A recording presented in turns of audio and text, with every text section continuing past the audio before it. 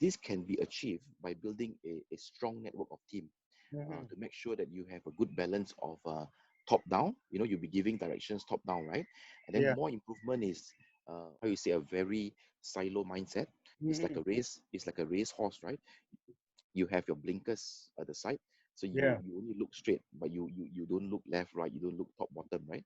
And then that will prevent you from having a growth mindset, right? Yeah. So I was just having a good chat with my head of commercial, Trilly. So I said, Yeah. so Trilly, we this is business is impacted, right, because of the lockdown and all that. So what do you think we should do? So she had a good discussion with her team, and then we came up with 8 growth strategies. Amazing, man. Right. During What this, you say? Good to grow. yeah, 8 growth strategies. Yeah, growth strategies. All right. Yeah, so Well done. I Yeah. mean, how many companies during this time can still come up with 8 growth strategies? I mean, Yeah. good that we are still being kept as essential services. But I Right. think more than important now is we step up to our purpose, right, of connecting people and improving lives. Just last week, we were bringing in ventilators for MOH. We were Mm-hmm. bringing in new test kits from Korea that Yeah. has a 2-hour turnaround for MOH. I think that's where we step up, lah. Uh, uh, so I spoke about having a strong mindset and mental, having Mm-hmm. a growth mindset, and then thirdly, very important, yeah, Mm-hmm. I think we have been trained. We have been trained along the years under CIS is on this respect and result. I think you're very familiar with that, right? Our respect and result culture. Yeah.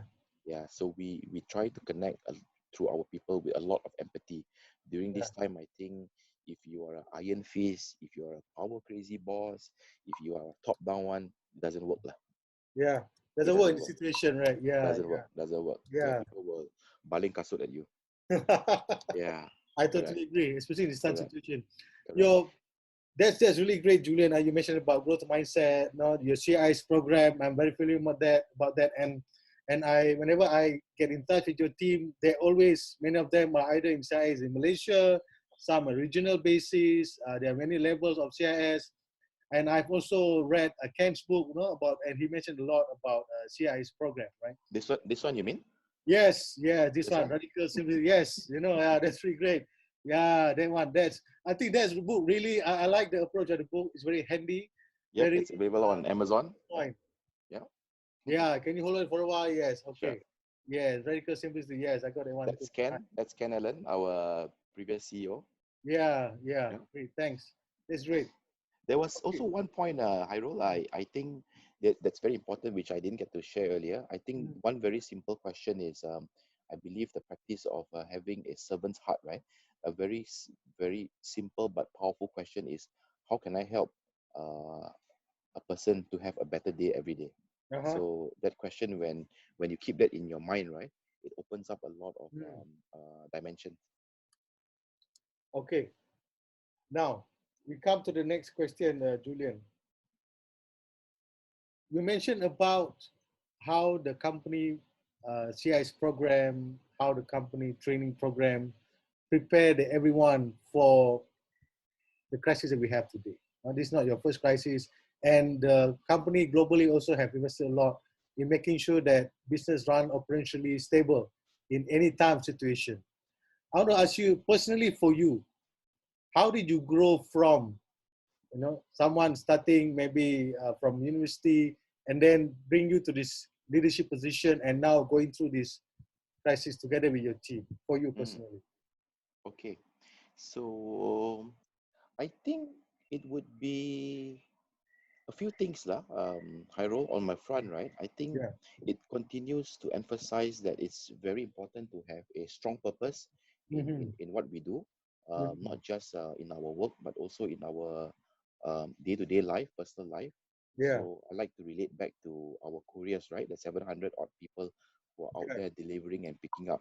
If they think that their job is just picking up and delivering a box, right? They won't be so motivated. But they are out there delivering a box of a supply of masks. They're out there picking up ventilators. They're out there picking up PPE. So Mm-hmm. that gives them a whole purpose. So likewise, I think that's a big takeaway for me. Mm-hmm. So having a purpose both on Mm-hmm. work and personal. I think preparation. like I've shared earlier, all the prep that the company did the last 10, 15 years, right, is Yeah. now seeing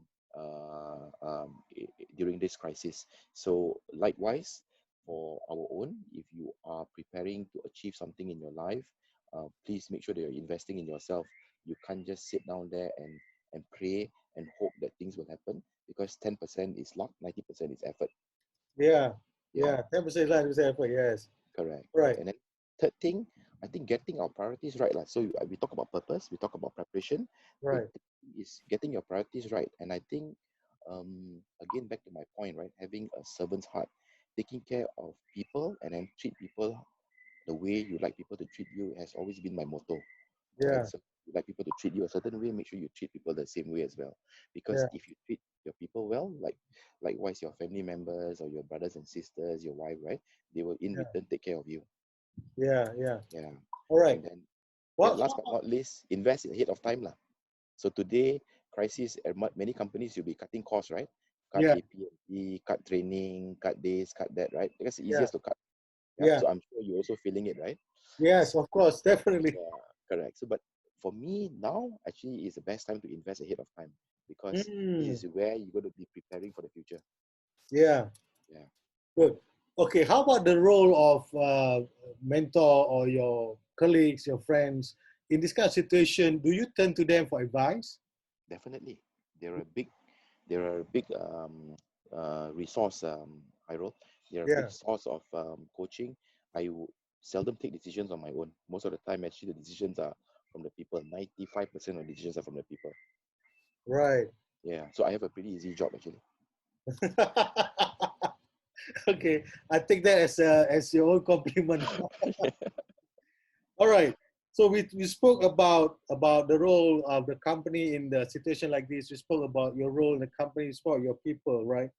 Now, so fast forward from now, Julian, let's say 6 months down the road, the COVID is over, this economy is going to have a little bit of recovery.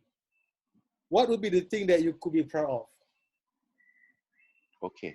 I think four things. I would say the four things that I could be proud of. First is based on the experience I shared earlier. I think as a company, we will continue to shape customer expectations and experience. Mhm. So in the past, where we are a bit scared and worried about rolling out new tools, especially the digital front, right? Yeah, This is where we took the bold step to say, okay, heck it, let's try it. Yeah. So I yeah, think in that manner, we will continue to shape customer expectation and experience. mm, Um, Secondly, it gives us an opportunity to further reinforce the culture and connect with employees. So I was just sharing with you this whole week, we're doing at least 15 to 20 town hall sessions. So we have our quarterly town hall sessions, which I am usually physically present with the teams in Penang, Malacca, Kuantan, and Johor, right? yeah, But now with this lockdown, how do you do that? The easy thing is tak payah buat lah, but cannot. How yeah, can you tak payah buat? I said communication was important, right? yeah, So what we did is I got all my colleagues together. We did a very nice video, and we yeah. know lah, kalau you buat video, you cannot be too long because you got to keep it short and brief, right? So we Mhm. did a nice video and then shared with the facilities. So when they're playing the video, all of us use Webex to dial in. So although we're not physically there, but they Yeah. know we are virtually and we're spiritually there listening to all of them. So every Mhm. town hall we listen in, right? So this is a real good opportunity to reinforce our people culture and then to Mhm. connect with the employees, right? Mhm. And then Yeah. the third one, I think, looking forward is to really um, invest and aggressively to expand an adoption of our digital self-service approach. So as there are a few more tools and gadgets that we want to roll out, right? I think we're Yeah. going to aggressively accelerate that. And then last but not least is the question I ask myself, if I ask all my 1,300 employees today, how many people want to work from home, right? I think we Mhm. now have an opportunity to scale an effective remote working model. Right. Great. You talk about communication, you talk about running town hall, you talk about it's a good time to reinforce a connection with your employees. I think those are the things that DHL Express, I've been with your company. I always say that your company culture is very strong. It's really good. And I really like the the feel of it wherever I go, either in the Grand Mary, either at the HQ. I hope to go maybe somewhere else afterwards. But the thing is, Julian, this kind of setup to have, you know, this kind of engagement is taking a lot of time, a lot of effort, a lot of resources, a lot of investment, right? So how do you balance as a leader, balance between investing in people and investing in the business or digital products for your perspective? Okay, Yeah. actually very easy. I wrote for us. We are all governed by. Can you see this brochure? Uh-huh. Yeah. So Right. every year, we have a top executive meeting council. We have Mm-hmm. a brochure that guide us through the year. So we call this brochure a focus brochure, because if you don't have like I say, a set of priorities, right, you Yeah. will be lost all over. All right. So this brochure, although it's not very thick, it gives us a Mhm. very good guide. So our investments will be on three things. One Yeah. will be to enhance employee experience. All All right, right. that's one. Second T, to make sure we invest in to enhance customer experience. And Yeah. third one, to make sure we invest in operational efficiency. Three things. Anything out of that, we don't do. Okay. Yeah. All right.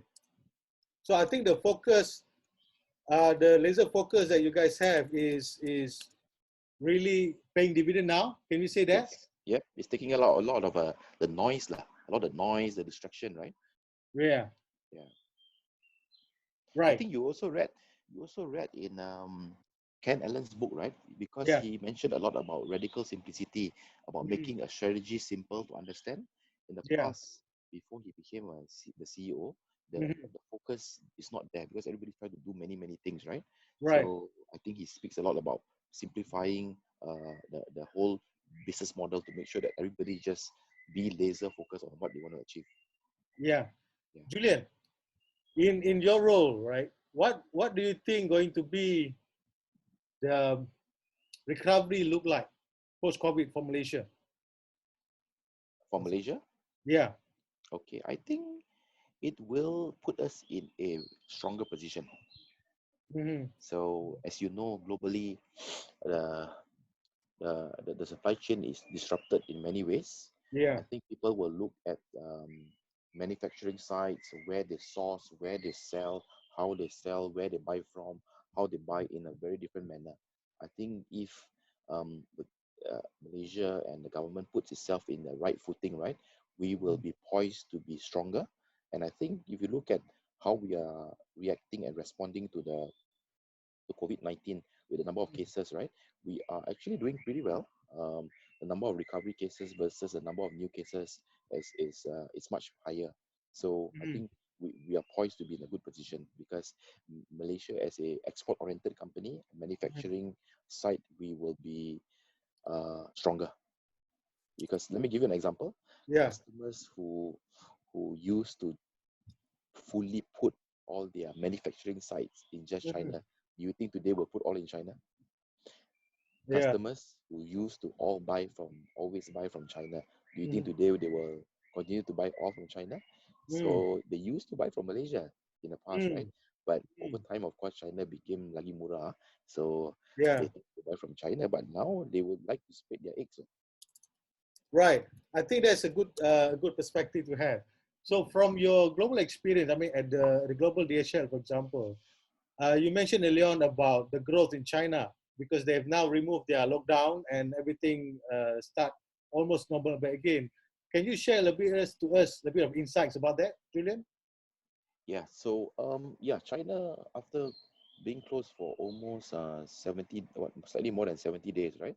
So Mm-hmm. it's now open, and we're seeing a huge amount of demand because if you're closed for 70 days, and them being the manufacturing site of the world, so there's a lot of backlog that is happening, not just our site, but I think the factories are fulfilling all the backlogs globally. So we are at the forefront of there operationally, trying to make sure that we fulfill all the supplies coming out from China. I think more importantly, I role is the aids, the aids, the PPEs, the ventilators, and the masks that's coming out from China. So as a logistics company, we are prioritizing all those aids that's moving around the other countries. Mm-hmm. Yeah. Right. In terms of you said, Leon, about it used to be that people are buying from China because of cost, because of probably good delivery service, supply chain, right? And just now you mentioned there's a bit of question over there. Would people still rely China in this kind of situation? What does that mean when you when you say that, Julian? Yeah, I think people will still buy from China. It will still be the export. I mean, sorry, a manufacturing site globally, right? But Mm-hmm. people will tend to diversify their risk today. So Mm. um, they will not put all eggs in one basket. Like Yeah, I said, they will tend to look at, and where else, right? Where else to put? yeah. Southeast Asia has got a couple of nice countries. Mm-hmm. Malaysia, definitely.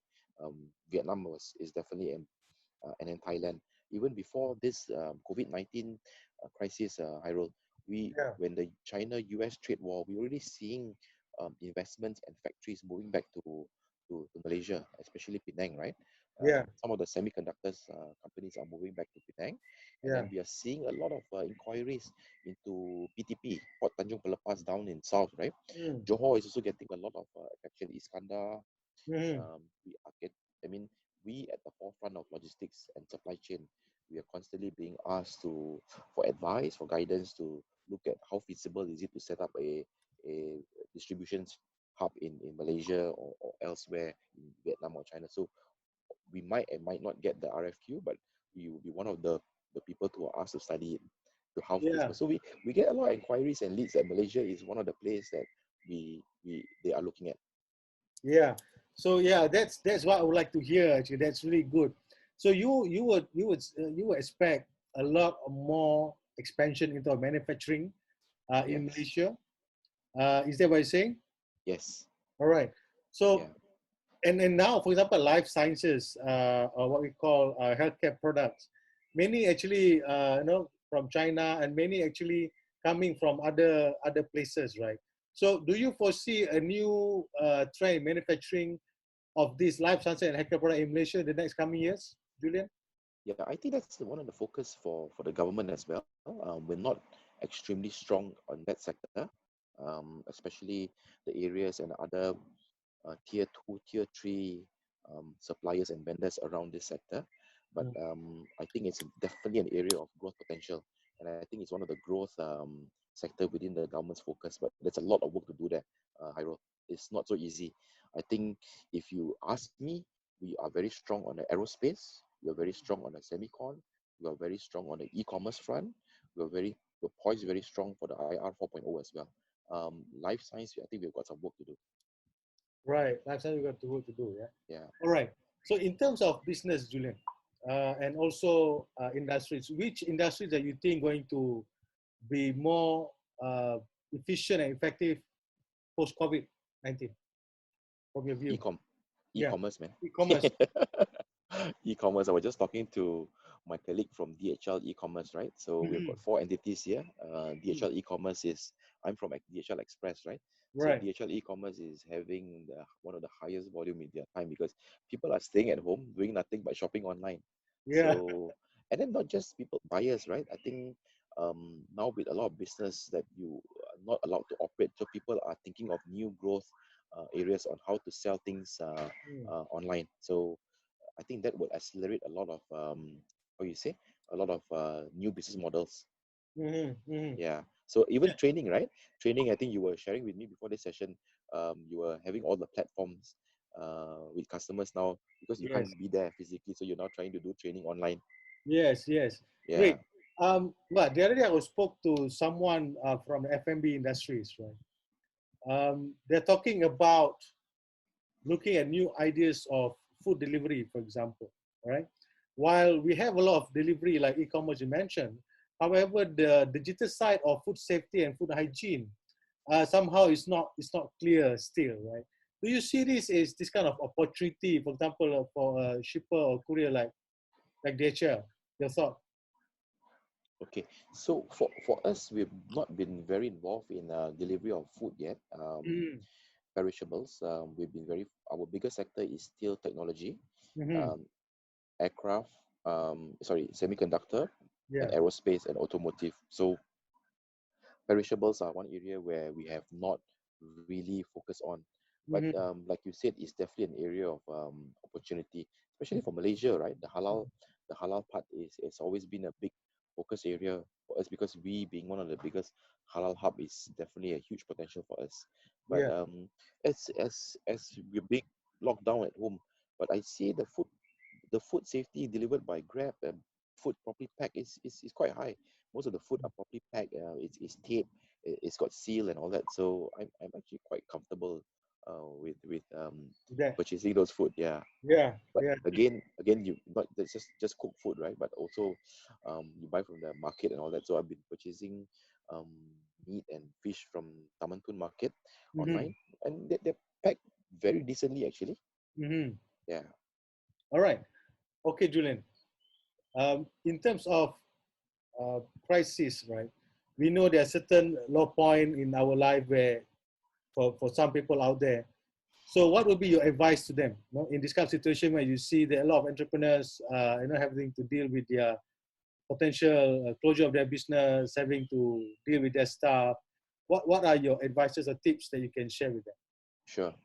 I think coming out from this crisis, Hyrule and all, I think leaders will continue to embrace new ways of working. This is a fast-moving pandemic that's hit so many countries at once. So we continue to adapt and adopt problem solving and different kind of model operations. So three advice from me: continue to enhance our BCP. We spoke a lot about BCP, right? So after this crisis, if it's all over, don't put your BCP in the cabinet and then let dust accumulate. Make sure you continue to iterate and put your BCP to test, and then please explore putting customer behavior and customer centricity in the center of your BCP. It's not just making sure that you survive, but making sure that your BCP has got the center the customer in the center of everything, and then make sure that the BCP has got a very strong digital channel. All right. So Mm, now that we spoke a lot about e-commerce traffic, yeah. self-serve, because the stores can't open, right? So I think if those people who have invested well ahead in digital channels and digital assets are now who are doing well. Mm, All right. yeah. Yeah. So that's Right. one. And Mhm. then I would like to encourage people to have rapid iteration and experimentation. What I what I sort of learned from this crisis is, I think when the example I shared earlier, right? All those gadgets that we were very worried to test, making Yeah. sure that we want to test, and make sure you go out there and test. If it's not perfect, then it's okay. I Yeah. think make sure that you have a platform for customers to provide feedback. Customers would understand, and then uh, make sure that you take the valuable feedback and then continue to improve on your remote services. The Yeah. open dialogue between you and the customer is the one that creates the best trust between us and the customer. Third, last but not least, is make sure you have a set of targeted investment lah. Invest in during this crisis will have a long lasting impact. So like for me, I'm going to go full on into some of the digital channels that I've been holding back.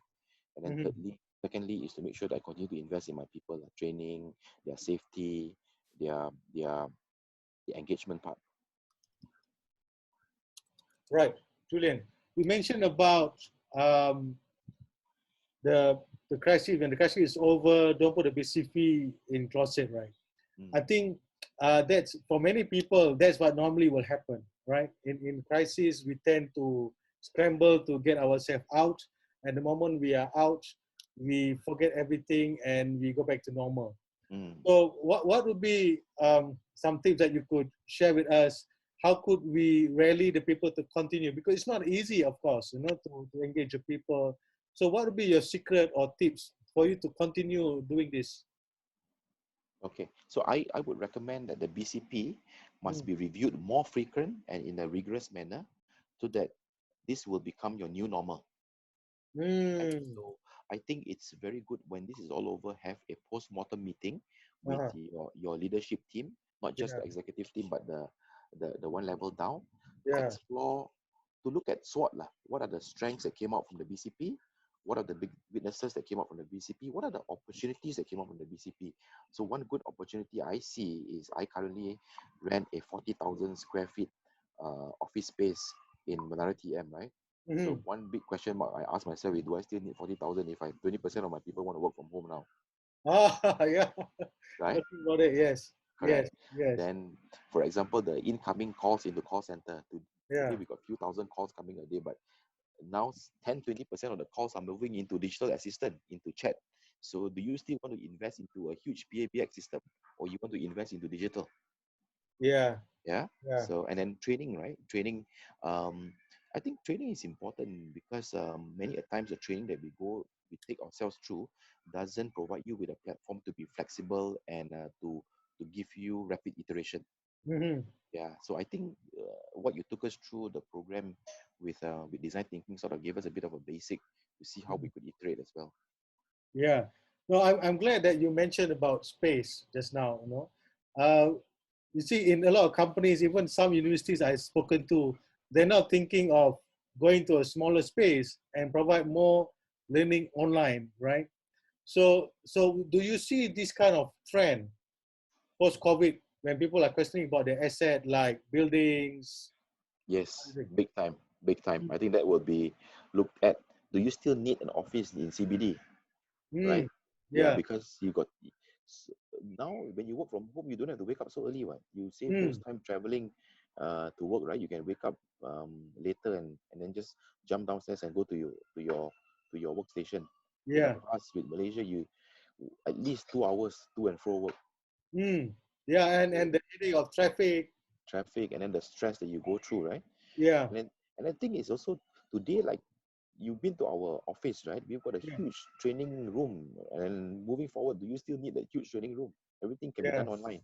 Yeah. Yeah. The other big thing is recruitment, Hyro, recruiting online, right? Mm, Yeah. Do you still need to have people physically there and all that? I think all this has to be thought of, like, yeah. rethink of. Yeah. Yeah. And definitely like asset like space or rooms and Yes. equipment, it takes a lot of A, investment. a lot of investment. A So lot. if you can take the investment back in and reinvest on other things, right? Yeah. Mm. Yeah. Great. Technology. Yeah, technology. I like the thought where you mentioned about there are certain things that you have planned, or I think a lot of leaders when I meet other clients the same. They have this aspiration on digital, but many will hold back, to launch it for many reasons. And you also mentioned that for DHL Express, that could be your main priority now, where you want to put this at the front. So do you foresee that? Uh, I mean, for DHL, because you're working with a lot of companies as well, do you foresee that thinking of digital going to be adopted as well from your client side?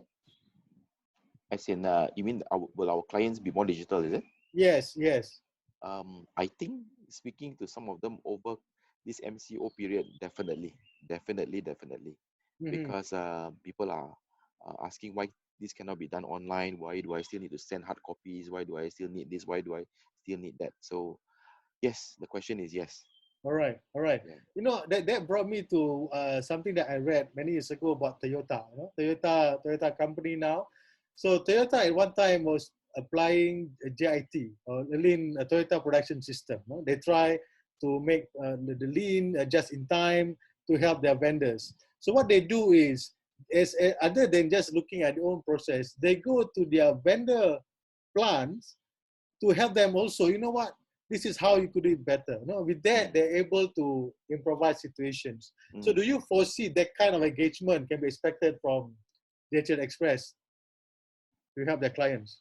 definitely. So we have a very strong first choice continuous improvement program. Mm-hmm. That is one area where in the past, I think we look very much internally on how to Right. improve program Mm-hmm. within the internal process, right? Yeah. So to your point, I think this is a big, when we review the SWOT after this crisis, right? Is one Yeah. huge opportunity is how can we work closer with the companies to improve supply chain, to improve how they source, how they buy, how they sell. Right. Okay. So it's in the plan. I really like to hear that. Julian, now looking at the situation right now, what would be your advice to the young graduates? You know, we have situation where the young graduates now, many of them are graduating within 1 or 2 years in the industry, and suddenly they hit by crisis. Can you give them a little bit of advice or tips how they can grow their career looking forward? post-COVID? I think I won't differ very much from what I've shared earlier, Hyrule. So I would just like to iterate, right? Mm-hmm. Have a strong purpose with what you want to do with your life. Mm-hmm. Secondly, would be to prepare what you, based on that purpose, what you want to achieve. Yeah, Um, get your priorities right, and then invest in yourself. right. Yeah. So a strong purpose, prepare, Mm-hmm. get your priorities right, and then invest in yourself. Yeah. For DHL Express, how is your view about the young graduates post-COVID? Are you guys going to see hiring, or you hold on the We hiring for now? Yeah, so we don't have many vacancies today. We are full force actually. Um, Last year we embarked on a very aggressive internship program, so we will continue to do that after this lockdown. Mm-hmm. Couple of our projects are sort of put on hold because we need interns to come in and share their expertise and learnings with us, right? Yeah. So we, after this is all over, we will go back and aggressively hire internship, put our internship programs and management trainee program back into place. So management trainee program and internship program will be full on. All right. Great. Okay. Can you share us a little bit about the work culture in DHL to entice this graduate a little bit going into your management training and internship program? Yeah. So if you look at DHL, yeah, we are in the logistics sector, right? So logistics sector, you know lah, tak sexy sangat, right? So Yeah. compared to the I think the Google, sexy ones become more digital. correct. So compared to the Facebook, the LinkedIn, the Googles, right? But Mm-hmm. if go visit our Facebook, go visit our LinkedIn, go visit our Twitter, and go visit, send me an invite on Facebook, right? So you will see that we have got an amazing people culture, right? So people is in the center of everything we do, and when I say people, is it's both employees and customers, right? Mm-hmm. So we strongly believe in the service profit service profit chain, where if we take care of our people well, our people will take care of our customers. And then a big thing that is, I think you've known us for not very long, but some time now. Mm-hmm. Fun and engagement is something that we promote very much in DHL. Yeah. Yeah. Okay, Julian. Then the other thing is career progression that we, like for me, right? I've joined as a sales rep 20 years Mm. ago, and to where I am today is definitely a career development plan that the company has put together for me. But of course, like I said, 10% luck and 90% effort. Don't just count on the company. You got to kerja rajin also. Yeah.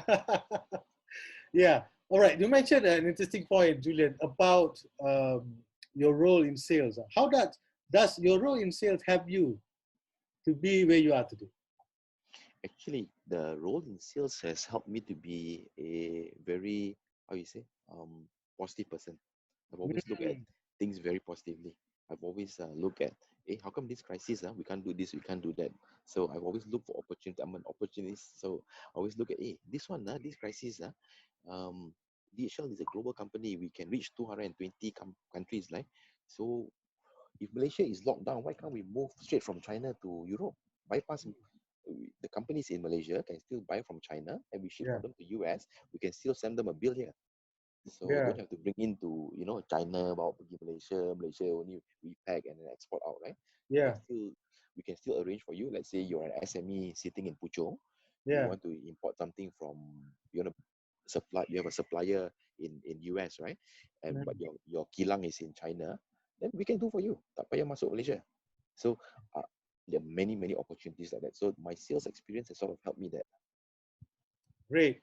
I think that's awesome, Julian. Okay, we are approaching 11:50, Julian. I would like to ask wrap up from you. You talk about your personal experience, having a sense of purpose, invest in yourself, full of effort into personal development. And you also mentioned about as a company, you guys are DHL Express is very prepared with your BCP business continuity plan, and you also align, have a good what call leaders, direct report, the leadership team. That's very strong element that you put in just now, and engaging people at the ground level, right? So for you, what would be your advice for companies in adopting new kind of leadership style, perhaps in times of crisis and post-COVID? What would be your advice to them? Okay. So I think I've shared some of this earlier as well, Hyrule. Mm-hmm. So three things. Mm-hmm. Make sure that you look at post COVID 19. What will the new business model be? Because it's going to be the new normal. And then if you go back to your old business model, that might not work. I think you have to make sure that you leverage on the learnings from the crisis and enhance your new business model. Learn from the BCP that you have put forth, and then make this your new normal. Experiment new things would be the second advice. So all the digital adoption that you want to put forth, please test it, and then don't put it to waiting. Thirdly is your targeted investments, like where you want to put your money, not in big offices anymore, definitely. Okay, I'm tempted to ask you the next question, but I'll hold on later on. Maybe I ask you. But okay, in terms of DHL Express itself, right? What are the new areas, or rather, some space that you're looking at post COVID as new opportunities? New areas of okay, For so business, yeah, for business, is it? yeah, Okay, I think our main purpose is still to help the Malaysian SMEs and micro SMEs to grow. We have a huge customer base in terms of global customers. We are yeah, trying to, all this while since I came back to Malaysia 12, 15 months ago, is to work with yeah. the relevant government agencies, the Mm-hmm. MITI, the Martrade, um, to make sure that we help to bring some of these SMEs into the global market. We are established in all 220 markets and territories. So leverage on our network. Countries that you think that you can't access, right? You don't know how the customs work. Leverage on our expertise. So my hope, there is a huge opportunity, because majority of our SMEs and micro SMEs are still quite wary about going overseas to expand their business overseas. So this is where I would ask them to ask us for advice. We can give you some guidance there. Yeah. Mm-hmm. So Right. that's a huge area, because Malaysia's business community, and the 900, we have about what, 900 over 1,000 registered SMEs and micro Yeah. SMEs in Malaysia. Yes. So Yes. only a handful are doing business overseas. And if you want Mhm. to just concentrate on Malaysia, tak cukup makan. Okay. Yeah, All right. Would this be something that you could help? definitely. Mm-hmm. Definitely. So on the e-commerce front, on the IR 4.0, on semiconductor, automotive, oil and gas, we have got experts in all these industries, Mm-hmm. all these verticals. Reach out to us. We can give you advice. Right. In terms of new SME, what we call verticals, or a certain industry, right? What would be the new industry, or rather verticals that DHL Express wanted to look at, or rather to work together closer post-COVID? Okay, one thing we have tested just before COVID Mm-hmm. was actually Durian Express. Ah. Yeah, Ah. so in the past, the main exports of durian around the world mainly come from Thailand, but Mm. the Thai durians are slightly different. I wouldn't say worse off, but very different from what we have in Malaysia, right? Mm. So post-COVID, we have a huge demand from China and Hong Kong. And then Mm. one of the things we wanted to help the SMEs to is a model called farm to table. That means Okay. usually the farm owners, their profits are mainly taken, sort of reduced because of many middlemen, right? But Mm. if you are a customer in Hong Kong and you want to order 4 four pieces of musang king, or four Mm. fruits, right? You can order online, and then from the farm, and then the farm can prepare it that afternoon. We pick it up at about 3, 4 o'clock.